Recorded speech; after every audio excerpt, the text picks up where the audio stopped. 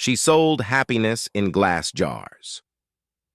The poster read, "Happiness, sold in glass jars. Call today." And underneath the text was a phone number. I was walking home from a long, exhausting day of work when I caught a glimpse of the paper stapled on an old telephone pole.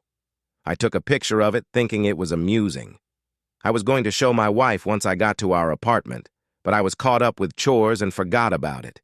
Dinner, dishes, laundry, packing a snack for our daughter, putting her to bed, then putting her toys away that she'd left out in the living room. Every night, it was the exact same routine. The next day, I awoke sleeping back-to-back with my wife. I always had to get up earlier than she did for my job, so I quietly got ready for the day and headed out the door. At work, I was updating the company's latest expense report. Most days were similar to this one. They were basically paying me to stare at a computer for 9 hours a day and input a couple numbers into a spreadsheet. I finished my work very quickly, so I decided to head out of the office early.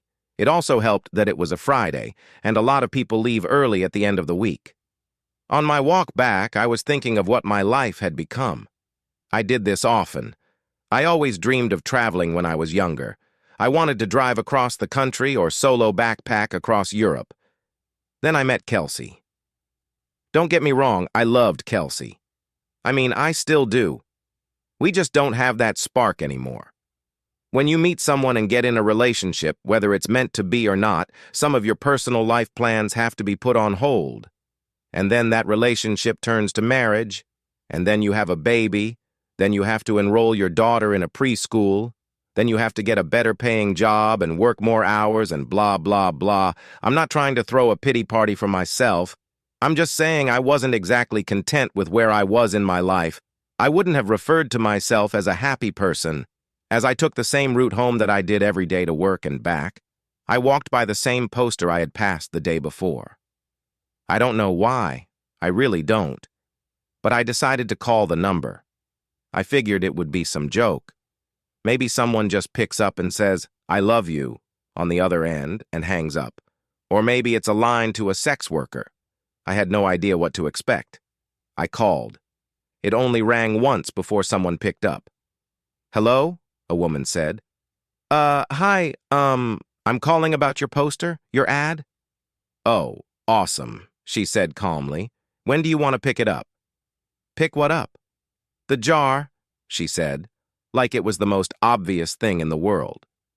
"Oh, of course. I realized then that I had left work early without telling Kelsey, so I could just go pick it up now, and she'd be none the wiser. What exactly is it? That you're selling?" "I just told you. It's happiness, in a glass jar, like the poster said. Happiness keeps best in glass jars. They're more durable than, say, a plastic bag." Okay. Should we meet somewhere?" "For sure. I don't want you to end up being a creep or something, so let's go to a public place." The public place we decided on was a Starbucks parking lot a little over a mile from me. Now, I didn't think I was really going to be buying a jar of happiness or whatever. I was 99% sure she was going to sell me drugs. Maybe heroin would be in the jar. I remember thinking, oh no, happiness is probably a nickname for some street drug, and I'm going to a drug deal. What if she's a cop? Am I going to be arrested? But something inside me told me to keep walking, and so I did. I stood outside and texted her. "Me, I'm here." Her. "Cool, be there in a second." Me. "What are you driving?" Her. "Silver Camry." And as her final text came through, I saw her car pull in. She took a spot not too far from where I stood. I could see there was no one else in the car, which put my kidnapping fear to rest.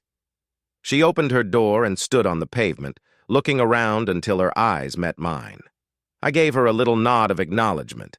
She simply responded by waving her hand, gesturing for me to come over to her car, so I did. She was young, maybe mid-20s, with curly golden hair.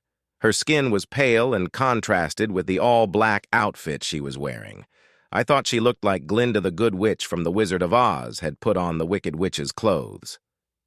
"Nice day out," she said as a greeting. "Oh, yeah, it is. Hadn't really paid attention to it." You were the one that called about the jar, right? Yeah, that was me. Cool. Well, here you go. She handed me a very small glass mason jar. It couldn't have been more than 2 inches tall. Inside of it was a light. Not a light bulb, just light. It was like someone bottled up sunshine. It glowed even in the mid-afternoon daylight. It looked like a tiny sun or a tiny universe existing in this little crystal-walled home.